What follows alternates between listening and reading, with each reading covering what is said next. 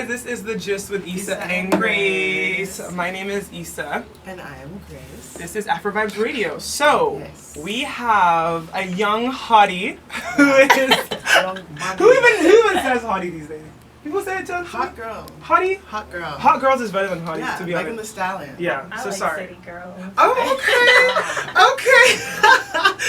So we have a city girl here. Yes. So tell us a little bit about yourself. Okay, y'all. So my name is Chinarality. Chinachero. Chinachero is not that hard. It's Chinachero. Okay. But yeah, my name is Chinachero. I go to the University of Houston downtown, and I'm currently a junior studying data science. Oh, yeah, wow. Yeah, that's awesome. Yeah. So we went to UH. Actually, that's how we met. Really? I don't even know how do we meet? I don't know what it was. I think you're Kat. Yes, one of our white friends. She's awesome.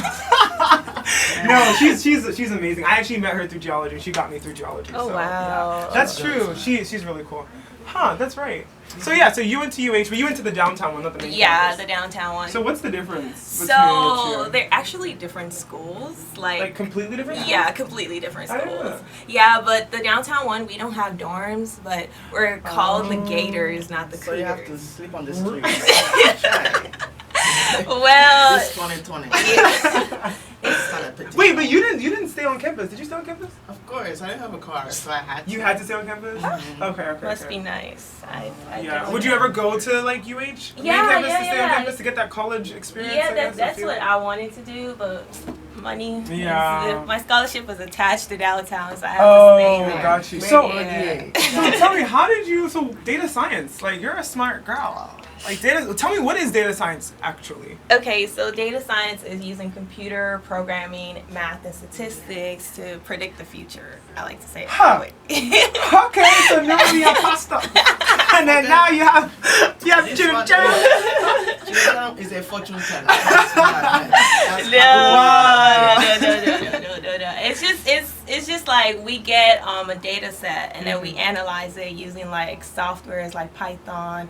Yeah, and then we can do predictions based on that. So if we have a data set from a marketing firm, we can tell how much, based on the data set, how much money they made last year. We can tell them, oh, you should do this differently, so you'll make ×2 next year. So that's why I say it's predicting the future. Yeah. Okay, so if I made 5,000 last year, how many would I make this year? How many?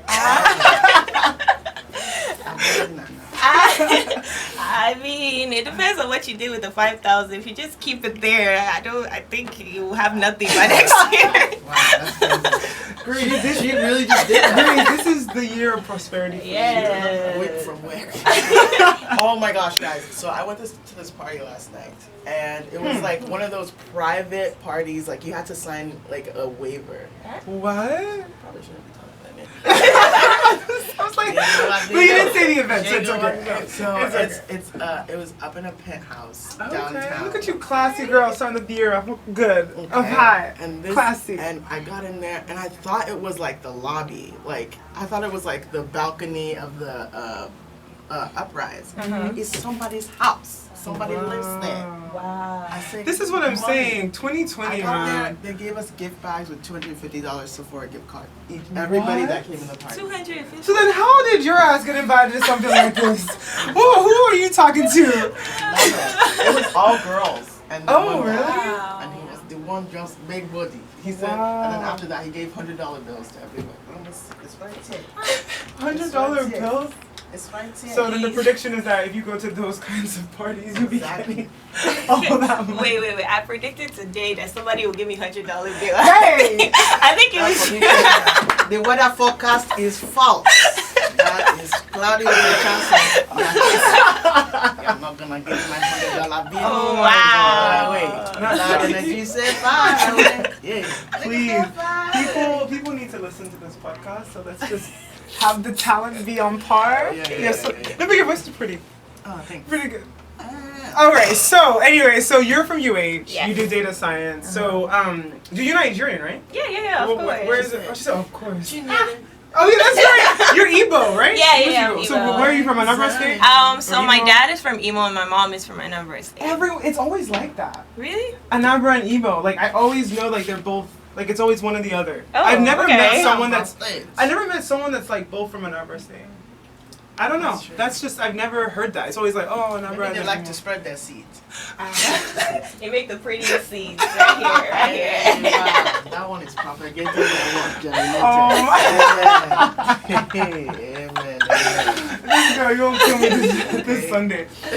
So you're Nigerian. So did you like in at UH were you part of any kind of like NSA Nigerian Student Association? Are you part of any of those kinds of like clubs and stuff? Yeah. So I'm part of Nigerian Student Association, so NSA, and also African Student Association at downtown and also at UH. And I have my own organization that I started. Yeah, it's called Access to Originality. Okay. Yeah, so it's basically a mental health organization to help people. There you go. There you go. You know I'm a mental health advocate, so I love where this is going. Yes. So I help people eliminate stress, anxiety, and depression.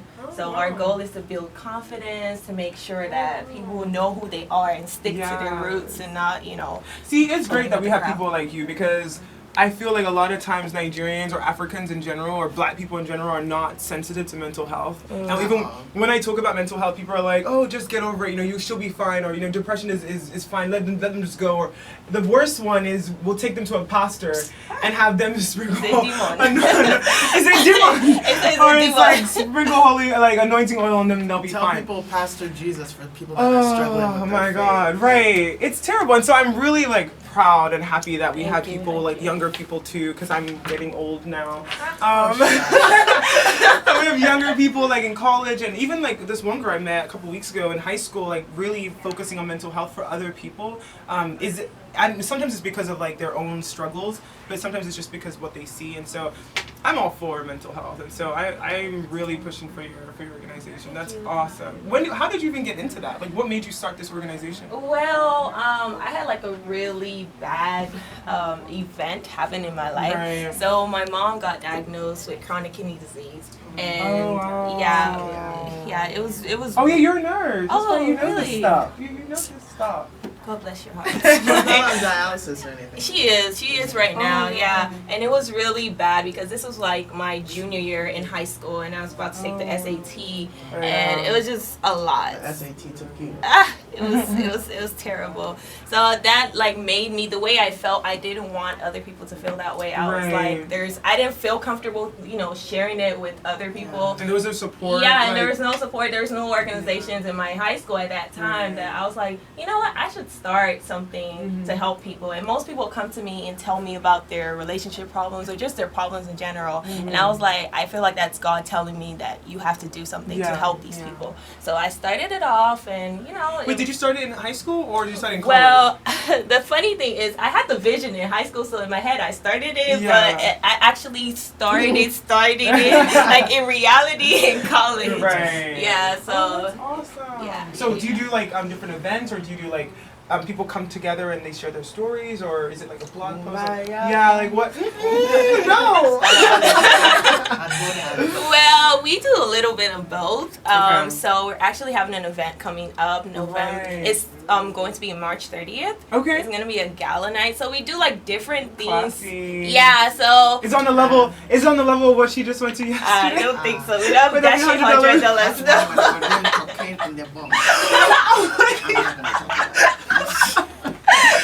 So that's opposite of mental health advocacy. It's so opposite.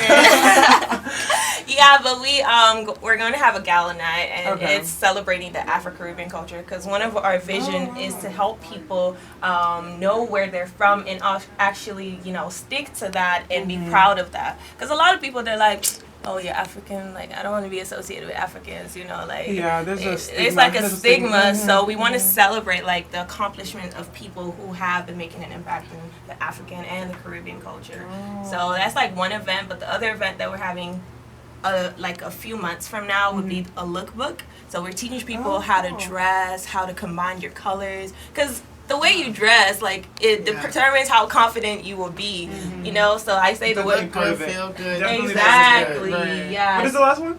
look good, feel good, test good, get a man. I thought she said touchy. I didn't know where this girl was going. Yeah, but I'm so excited because. Oh wow! Well, that's so cool that you're like you started this organization and then you have like things because a lot of people like they want to start stuff and they're like I have this goal, I have this vision, and it doesn't materialize. So it's really cool. I mean, you had some time to think about it and figure it out, but like the fact that you're actually putting it into practice or putting it, you know, making it reality in college where there's a lot of people, you know, when you graduate, as we both know, when you're not around a lot of people as much. I mean, it's more effort to be around all those people because you don't have those like opportunities, to be in like classes and then to go get food afterwards, and then you know you're always on campus if you live on campus, like. Whereas when you graduate, you're like you go to work, you come back. Are you serious? You're tired, like it's just different. We both are really active though, like, but it's really try. And then like all like you know like the really special like gems of people that like usually are hiding out in their room. Yeah, in their room. You can't find them. Right. Or people come and then they flake and they're like, oh, I'm tired, or I have to do this. Like it's just. People just slow down a lot of times. Yeah, we both haven't, but a lot of people I know have really like regressed as far as going out and just being in communities. And so my point is that it's great that you're starting there because you're gonna reach a lot of people there, you know, and then it'll be more established also in the coming years. Yeah, so. amen. That's what I'm praying. You know. Yeah, that's awesome. It's kind of hard to stay motivated because pushing your own vision. It's only you that sees it, so. Dang. Okay, so we will be right back. We're cutting to a break. After this, we'll be talking about our Black accomplishment, which you guys probably know about, and then a little bit more about Chi-Chi. We'll be right back.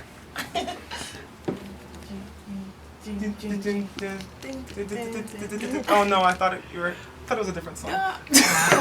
Which one are you singing? I thought it was like, no, I forgot. All right. You normally say what's up, what's up. No. Go ahead, girl. Say it. Go ahead, girl. What's up, y'all? This is the gist with Issa and Grace. We are here with the beautiful, gorgeous Cheer. Yeah. I said it right though, right? No. I thought it was Cheer.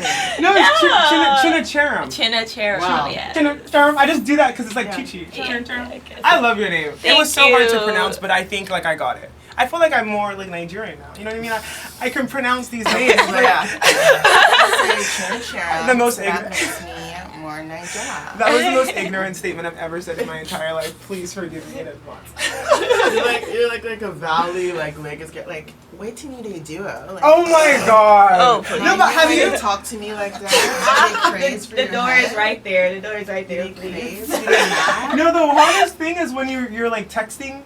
You're texting in like broken English. It's like it's hard. Yeah. I'm like, is it Because GB like, or is it just like a bunch of cheese? Or is it like K? Like if I'm doing like an Igbo name, like if it's like I don't know, I can't think of anything right now. Like the names that have like like KW. You know what I'm saying? Like yes, like that. So I'm like, just put a bunch of K's and C's. And I'm like, that's not the way to do. Yeah, I don't have the Nigerian accent, so I feel like whenever I do it, it's like borderline offensive. Really? Because like I will say something, for example, I'll say something to my mom, and I'll like be like, oh, like that, Dimon or something like that. Like I'll just put like a word in there, and I'm only like, stop. Like she'll be like, While you're still ahead. that's no, while you're behind. Like just stop, and I'm like, yeah. Oh my gosh! So we've been talking about you going to UH, the fact that we went to UH. I actually wasn't very active in UH. I just went to school because I switched from chemical engineering to geology, and it was taking like 18 hours most semesters in the honors college. I'm working 2 jobs, so I didn't do anything besides a little bit of modeling. But you were pretty active. Yeah. Oh my! I did everything. I did NSA. I was an officer for NSA. Okay. You were an officer? Yeah. What was your position, I guess? Dance. Really? I can see that. Hey! Oh my god. Dance. I was in Filipino Students Association. What? So what? There's a really big Filipino community down here. Let's talk about. So did you feel that you were also part of that? Let's get the therapist. I am Filipino. I am a Filipino woman. You know that like white man that said he was a Filipino woman? No, but I know that white girl that said that she was a black woman and she Rachel like, Dillon. Yeah, Dillon. Oh, yeah. But anyway. She was actually an officer in NAACP. What? Yeah. Are you serious? The #1 black organization. Anyway. Okay, so what else were you doing? Infiltration, that's what I call her. Infiltration. Yeah, She's I my mean, it's nice when people are trying to be Celebrate empathetic or exactly sympathetic or empathetic or just like celebrate or just relate to other cultures. But when you try and adopt it, and it's just kind of it's cultural appropriation at that Kind of point. spicy. Yeah, it's awkward too. But Yeah. Look at me. Yeah. It's kinda Wait, so what else did you do? I'm interested. I didn't know the Filipino one. Cougs Comedy Club. It was a very small club. Oh, okay. It was very sexist because really? I was the only girl and they wouldn't let me perform with them. Really? Mindless of them. Wow. Do y'all know Quinta B from BuzzFeed? Quinta Brunson. She made this Vine that went viral, and she was like, "Oh, he got money, a large." And she's like really small. And she was at the movies. Anyway, Can't connect to that one. and then she also did. Oh yes, that one. I actually know who you're talking about now. Across the World. She did Yes, that. that John's. yeah. I remember. Yeah. I know that one. So she came to U of H, and I opened for her. Oh wow. Yeah. So do you have a joke for us? Well, I can I put you on the this is spot. how I auditioned for. I said, Quinta Brunson was like, "Do you do any good jokes or any impersonations?" I said, "Look here, Quinta Brunson, Obama. my fellow American." So I love her impersonation. actually, I'm not a college student. I'm the president of the United States of America. That's so good, bro. He does that. The fact that Trump is in office. The hand expression. Dude, you guys need to if you're just listening to this, you have to come and watch the YouTube video because Exactly. this impersonation is to die for. I We'll love it. fly you out. Oh my gosh, that's awesome. So I didn't know you opened for her. That's awesome. Yeah. Wow. Was that kind of crazy, or was that? Did you have anxiety, or were you like, you know what, I got this? I'm always nervous before I go on stage. I don't know how people do it, just like that. But I'm always like, oh my God, please hold me. I know. Way too much. Way too much. again? No, No, do it again. Yeah, I want to see if you can actually read it. That one. Oh my god. Okay, what else did you do? Now I feel like I didn't do anything at UH. You both you guys did everything. body, big body, and But you were also you want to do that one again? Wait, what was your major? I was know you did pre-pharmacy. So that was the major? Or was it like Because I biology? didn't have nursing then. Oh, so you just did pre-pharmacy? Mm-hmm. And then took the credits. Yeah, and then switched over to. And you did pharmacy school at UH? Pharmacy school at UH? No, I didn't. I just had the title of pre-pharm and then got the credits. Oh, I didn't know that. Because I know there's pre-med, but you have to have biology or biochemistry or something, and that counts as pre-med. Isn't that right? Yeah, that's right. Yeah. Okay. Well, I have the med school now. I know. I think they gave 3 people free rent. Yeah, dude, Renew Couture is she's the chancellor, right, at UH Maine, and she's doing so much. Medical school is like $100,000, right? It's It's a lot. It's Yeah, a lot. It's yeah. more than business school and dental school and law school. And it's long. You finish at 32 years old if you do a specialty.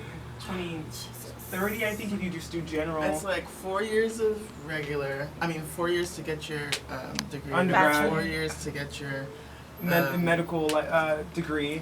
And then you have 2 years of It's 3 years. residency. 3 years of 3 years of residency. residency. And you're not getting paid while you're doing residency. I thought you get paid a little bit.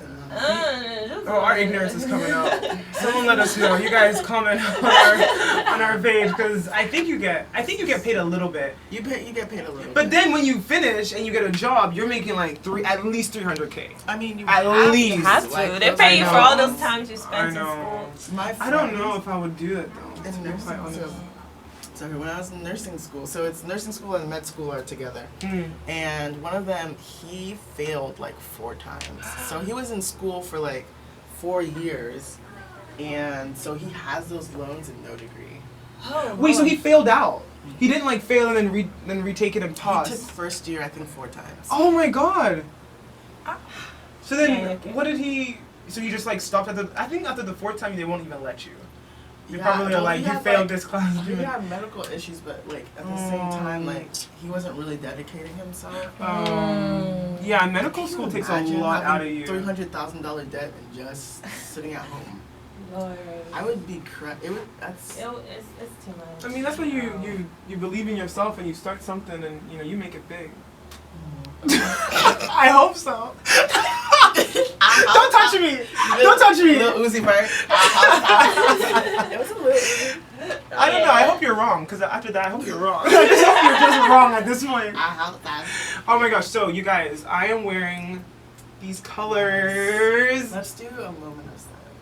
Okay, well, we have to talk about why, guys. So, obviously, as you guys know, this week, Kobe Bryant and his daughter, Gianna. I like how you say that, daughter. Yeah, say it again. Yeah. No. Okay, fine. Daughter. They passed away in a helicopter crash in Calabasas, California. So, I think 9 people total. Yeah, 9 people total. So I'm wearing the colors. I tried to. I don't have an actual jersey, but yellow and purple colors, just to honor that. Memorabilia are going for like $3 million on eBay right now. Really? Oh. But I don't like people trying to profit off of this. Like, Nike actually stopped. They took down all his shoes because they didn't want people like buying and then reselling them at a higher price because people would buy at this point. Yeah. It's just, I don't know, capitalism is not that great sometimes. But yeah, let's just take like a couple seconds just to think about him and honor him because it's a hard time for us.